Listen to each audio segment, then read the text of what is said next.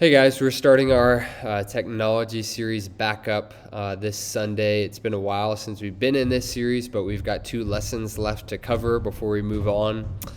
This Sunday, we are going to be focusing on how our phones shape us into their own image. How our phones can make us be people that actually behave more like an iPhone.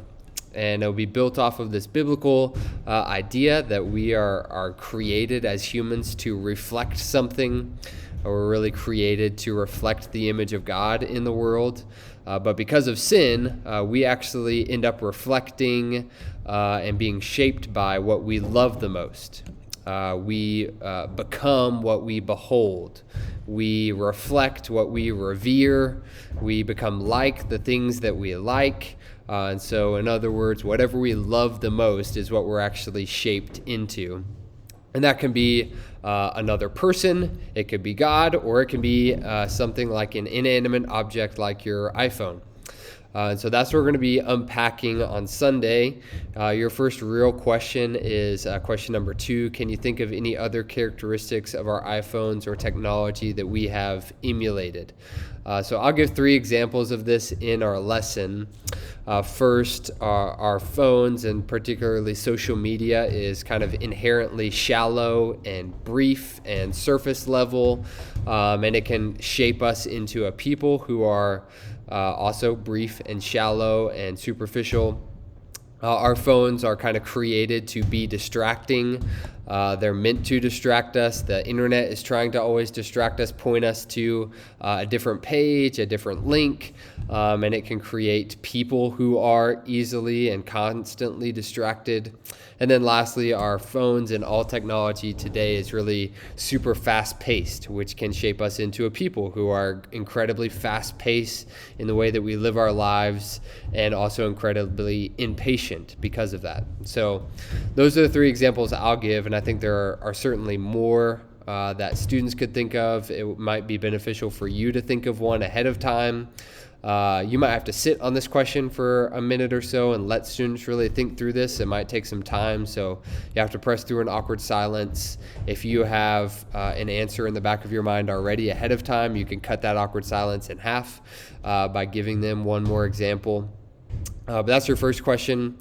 The next question is something I cut out of our lesson for the sake of time, but something I still want students to think about. You're going to ask kind of for each of those 3 characteristics, shallowness and brevity, distraction, and fast-paced / impatient.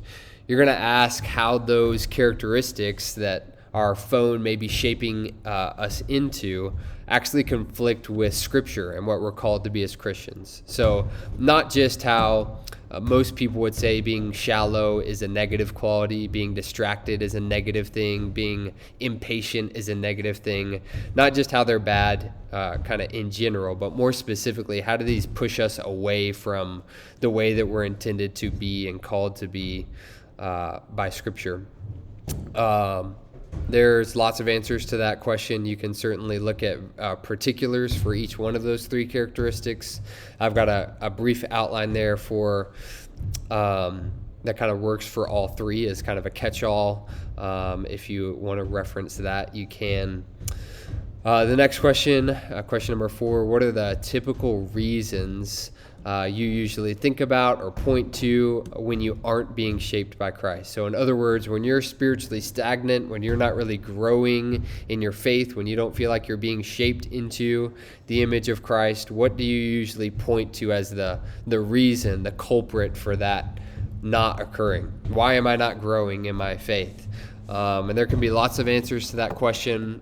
This question will make maybe more sense after the lesson. I'll say, going back to that original principle that we become like what we behold, we become like and shaped into the image of what we love the most, that's actually the root of the issue, is a lack of love for Christ, a lack of seeing him as glorious and worthy of imitation is really the root of the issue.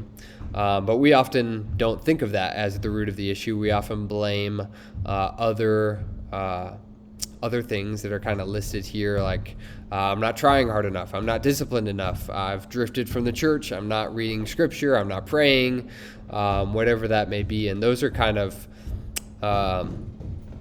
we'll talk about this kind of in our next lesson, so you don't really have to address this yet, but the root issue is that we don't actually love Christ, which is why we're not being, or we don't love him above all, which is why we're not being shaped into his image.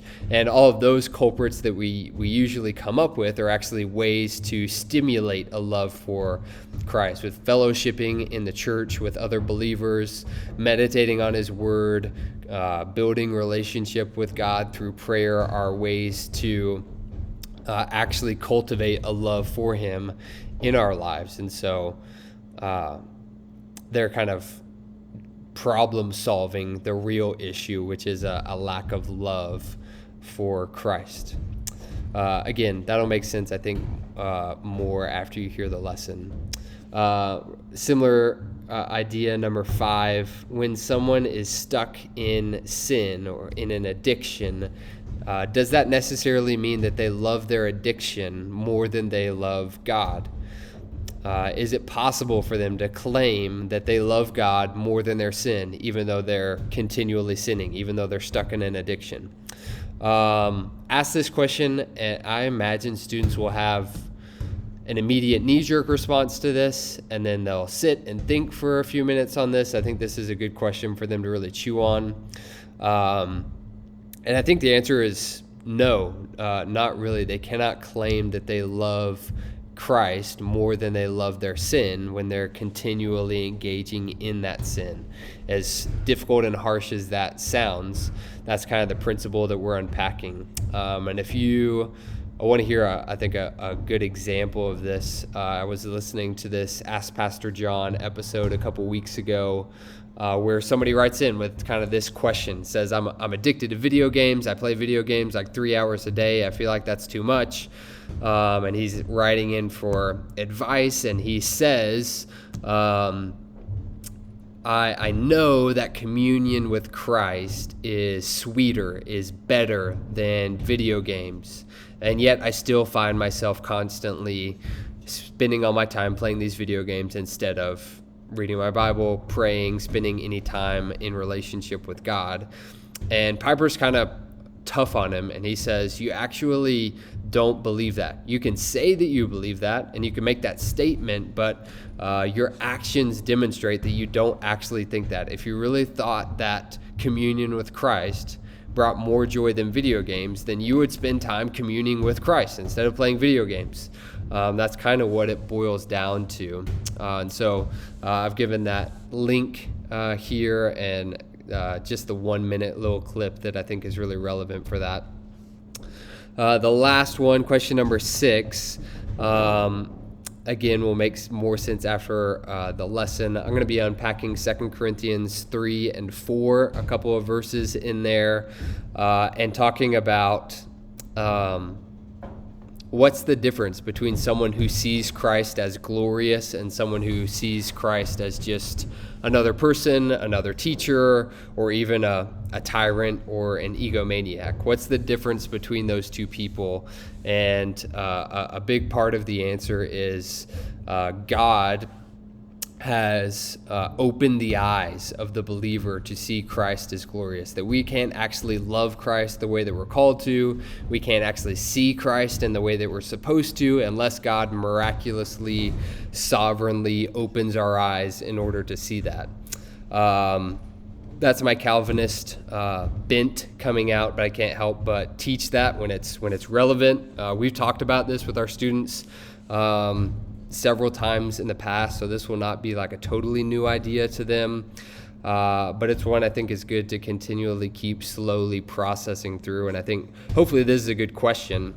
In what ways is it kind of good news? Is it comforting that God is the one who actually performs the miracle of causing us to, allowing us to love Christ? How is that comforting? How is that good news to hear? And then how is that kind of scary and potentially discomforting, worrying? This is not necessarily a theological question, although there are some good theological answers to it. It's more of a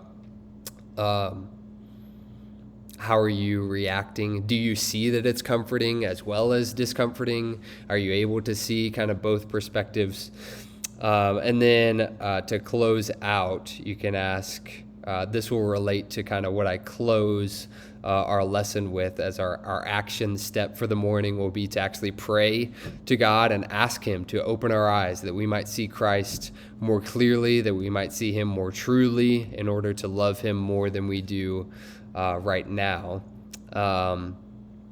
And so the last thing, you can ask this as a question if you have time, or you can just read through these, but you might ask, are there some promises from Scripture that make this fact that God is the one who opens our eyes, who performs the miracle for us to see Christ as glorious? Are there some promises from Scripture that make that even more comforting, that make us more confident in the fact that that seems to be what Paul is presenting in 2 Corinthians 3 and 4?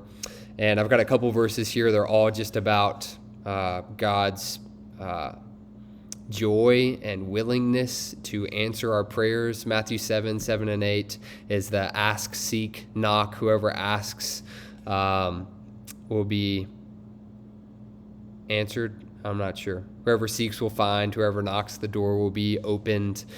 James 1:5, if anyone lacks wisdom, he should ask God.